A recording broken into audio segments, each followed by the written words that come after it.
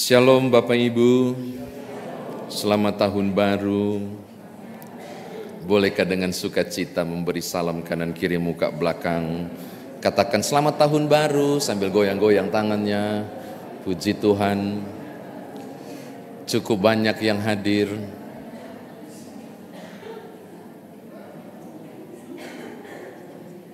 Ya. Kiranya saya mampu mengolah khotbah ini tidak panjang.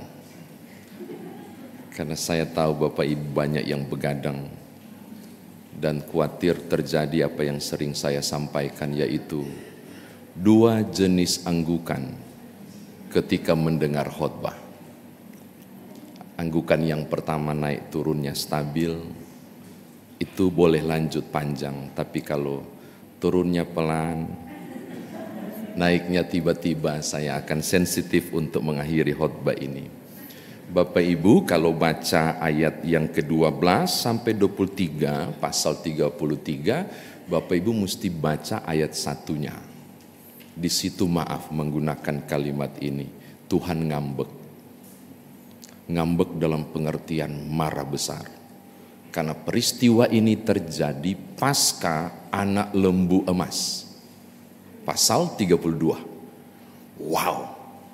Saudara bisa bayangkan dong, aku yang bimbing, aku keluarkan kau, aku bebaskan dari perbudakan, lu tidak sabar tunggu hambaku dari Sinai, dan ketika itu kau bangun Baal yang baru. Tuhan sangat murka.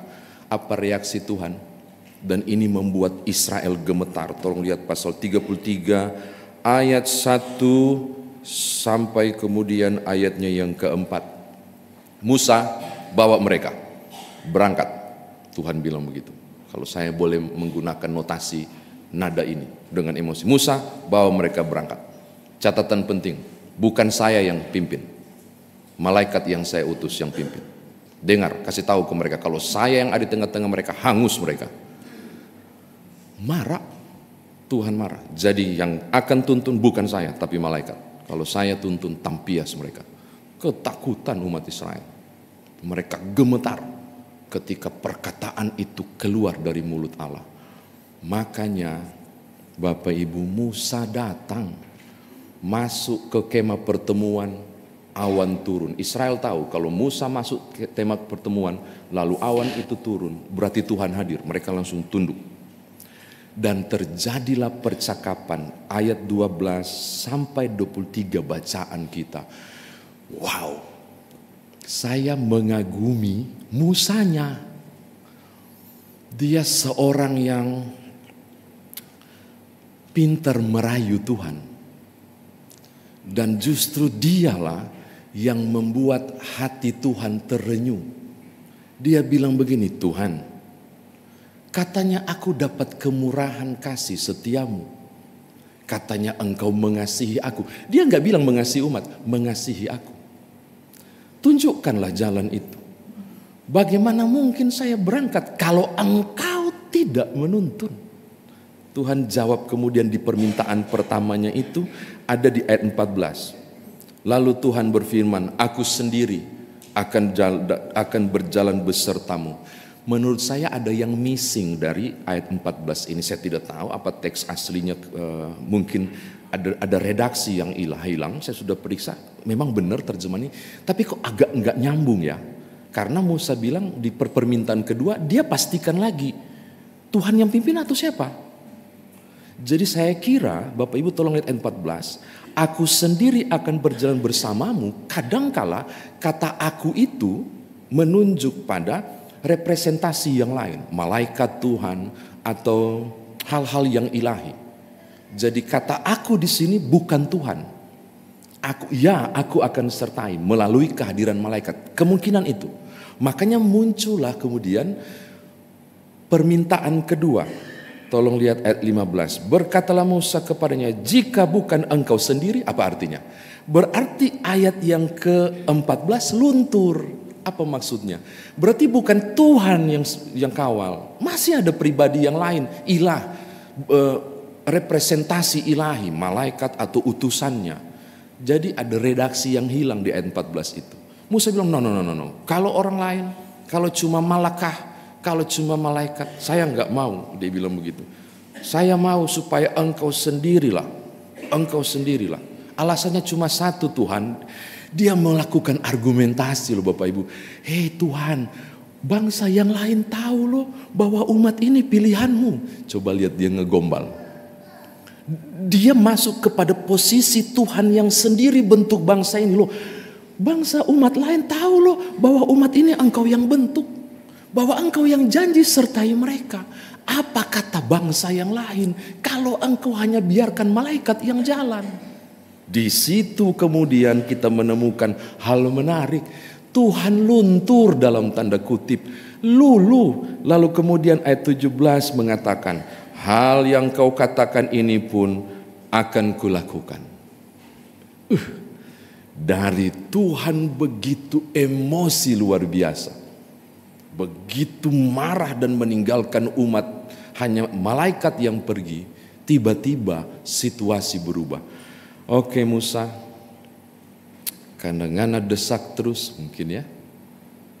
Oke, aku sendiri. Yang kau minta akan aku kabulkan. Tahukah Bapak Ibu alasannya apa? Bukan karena Israel loh. Tolong lihat ayat 17. Keren banget. Karena engkau telah mendapat kemurahan hatiku dan aku mengenal dirimu dengan namamu. Wow. Musa menjadi daya pikat Tuhan untuk kemudian lihat ulang umat ini. Saya tidak tahu. Andai kata Harun yang minta tampias, gak ada penyertaan. Tapi Musa loh, Musa. Saya ingin mengatakan ada pribadi yang menarik perhatian Tuhan untuk jadi berkat bagi umat ini. Dan Musa memposisikan diri sebagai pribadi yang akan menyalurkan kasih karunia itu.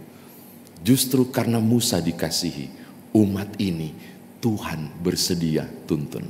Walaupun kalau saudara baca redaksi yang lain, kan memang janji itu, janji is janji kalau Tuhan. Tanah Kanaan is tanah Kanaan. Tapi prosesnya berbeda. Kalau tanpa Musa, dorang pergi dengan malaikat. Tapi dengan Musa, mereka pergi dengan Tuhan. Oke. Terakhir Bapak Ibu, tolong lihat ayat 19. Ini sudah kasih hati, mau jantung. Orang Manado bilang, sosmokol mau balololai. Tahu artinya? Sudah sarapan pagi, masih lagi mau babungkus. Di sini enggak kan? Sudah makan kenyang di pesta, masih saja bawa plastik. Ini Musa, ini Musa. Saya tidak nyindir siapa-siapa, ini Musa. Jangan tersinggung Bapak Ibu. Jadi enggak enak, saya ralat ya, saya ralat. Saya tolong dihapus kalimat tadi. Pokoknya ngelunjaklah Musa ini. Kenapa? Sudah dikasih loh, sudah dikabulkan. Oke, bukan malaikat yang tuntun. Oke, saya sendiri yang akan tuntun karena engkau mendapat belas kasihanku. Ngelunjak. Tolong lihat ayatnya yang ke-18. Perlihatkanlah kemuliaanmu kepadaku. Itu sudah makan masih berbungkus ini sudah. Tuhan bilang gak bisa Musa. Siapapun yang melihat wajahku pasti mati. Penim el penim. Wajah Allah face to face. Tidak bisa, nggak bisa. Tapi Bapak Ibu tahu, aku baca ayat 20 sampai 23, ya ampun. Tuhan cinta, sayang banget sama Musa. Sampai dia bilang begini, oke, begini aja, begini saja. Tidak ada orang yang bisa melihat wajahku. Karena siapa yang melihat aku pasti mati, maka begini. Aku akan melewatkan kemuliaanku. Kau akan kutempatkan di antara dua gunung. Jadi view-nya tertutup. Di celah gunung. Lalu akan kututup matamu dengan tanganku. Lalu saya lewat. Ketika sudah tidak face to face denganku, berarti saya sudah di depan, maka tanganku akan kubuka. Engkau akan melihat punggungku, tapi tidak melihat wajahku. Ya ampun, dikasih loh, walaupun tidak lihat wajah. Makanya saya bilang gak ada orang manusia biasa yang dapat kemurahan kayak gini. Melihat punggung Allah loh. Makanya kalau saudara membaca kesaksian banyak orang tentang berjumpa dengan Allah, entah dalam mimpi atau penglihatan, kalau berani dia bilang, aku melihat wajah Tuhan secara langsung, gak bisa, mati. Musa hanya lihat punggung. Dan siapapun yang baca ini termasuk Bapak Ibu dan saya mengalami kecemburuan rohani. Musa loh, makhluk fana loh, cuma hasil ciptaan Allah dapat melihat punggung Allah. Dan itu sesuatu yang dahsyat. Oke, saya kira demikian firman Tuhan ditafsirkan bagi kita. Nah sekarang bagaimana kita bawa dalam kehidupan beriman kita? Enggak panjang Bapak Ibu, cuma 2 yang mau kita bawa. Yang pertama, coba Bapak Ibu perhatikan, dari dialog argumentasi itu, apa sih sebenarnya fokus Musa ketika Tuhan suruh dia berangkat membawa umat itu?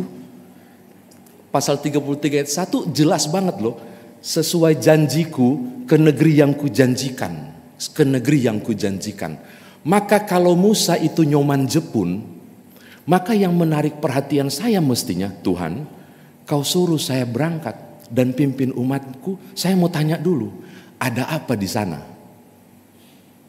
Iya dong, saya harus lebih tertarik pada tujuan akhir.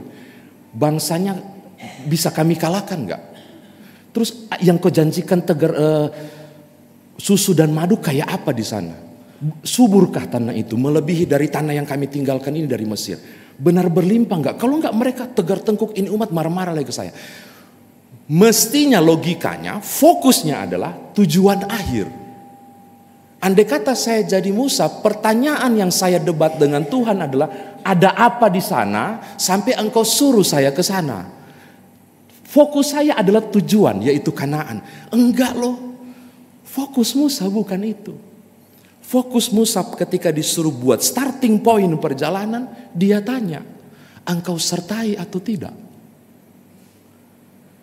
Fokus Musa bukan berlimpah susu dan madu, dia tidak peduli soal Kanaan. Yang dia peduli pada perjalanan itu cuma satu, kau mau sertai atau tidak? Yang saya butuh bukan Kanaan, yang saya butuh penyertaanmu secara langsung dan bukan malaikat. Keren gak? Fokus Musa bukan ujung akhir. Fokus Musa adalah prosesnya. Aku mau katakan hal yang sama kepada Bapak Ibu.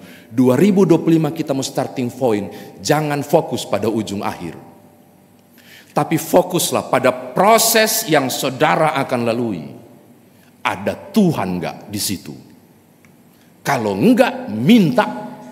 Musa lakukan 3 kali permintaan merayu Tuhan. Maka poin pertama ini adalah, ayolah Bapak Ibu, starting point yang benar di 2025 adalah, Tuhan, jangan suruh aku pergi kalau engkau tidak menyertai aku dan seisi rumah tanggaku mengisi 2025. Sebab tanpa engkau, aku tidak dapat berbuat apa-apa. Amin. Jadi mengisi tahun 2025 mulai hari ini. Ya ampun Bapak, Tuhan so janji soal Kanaan. Makanya Musa gak peduli soal Kanaan. Sama, Tuhan sudah janji pada Bapak Ibu. Rancanganku, rancangan damai sejahtera, bukan kecelakaan. Tuhan so janji ujung akhir. Jangan pedulikan ujung akhir. Yang saudara harus concern bersamaan saya adalah, berproseskah Tuhan bersamaku atau tidak. Makanya penting banget loh Bapak Ibu. Enggak tahu tadi malam apakah Bapak Ibu berdoa masuk 1 Januari atau tadi pagi, minta ini. Kalau belum, sebentar di doa syafaat, rayu Tuhan. Ayolah Tuhan, aku butuh engkau. Aku butuh. Proses apapun jatuh bangun, saya enggak peduli. Mau berputar 40 tahun, aku enggak peduli, kata Musa. Yang aku peduli, engkau ada yang tuntun atau tidak. Jangan-jangan malaikat saya enggak mau, harus engkau yang tuntun. Dia butuh Tuhan, dia tidak butuh Kanaan. Kadangkala orang salah jalan cuma satu hal, terlalu fokus pada bagian akhir. Dia lupa pada prosesnya. Padahal saudara tahu, Bagaimanapun proses tidak pernah mengkhianati hasil akhir. Proses yang benar adalah melibatkan Tuhan.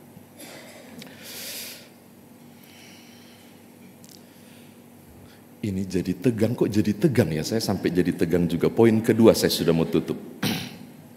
Untuk proses penyertaan ini, tahukah saudara ada seorang ibu rumah tangga, Annie Hawkes, nama lengkapnya Annie Sherwood Hawkes, mudah-mudahan benar pengucapan saya. Dia lahir di New York tahun 1835 dan dia menulis satu lagu yang sangat terkenal tahun 1872. Lagu itu diaransemen oleh seorang pendeta baptis, gembala sidang di tempat Annie bergereja, bernama pendeta Dr. Robert Lowry. Lagu itu begitu sangat terkenal dan juga sangat terkenal luar biasa sampai sekarang. Tapi lagu itu tidak begitu berdampak besar kepadanya. Nanti kemudian penulis lagu ini merasakan kekuatan lagu yang dia ciptakan justru setelah, sebentar saya lihat catatan saya, setelah 16 tahun ketika suaminya meninggal. Dia tergoncang luar biasa. Wow. Dia lihat perjalanan hidupnya manis, sukacita, tapi pas dia duka, dia bilang, wow, saya mengalami kepahitan yang luar biasa.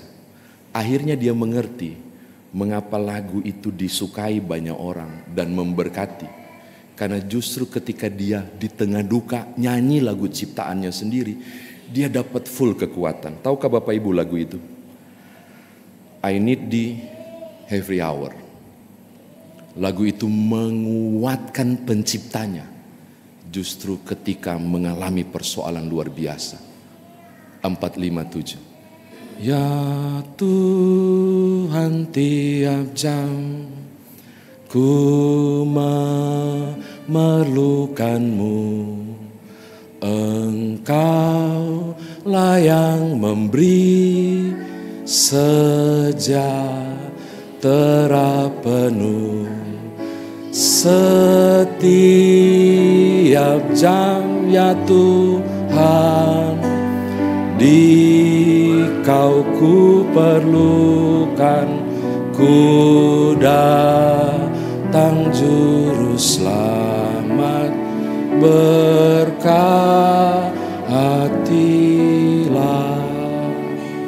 Engkau dan aku memerlukan Tuhan, bukan di tiap musim, bahkan di tiap jam. Selamat mengisi 2025.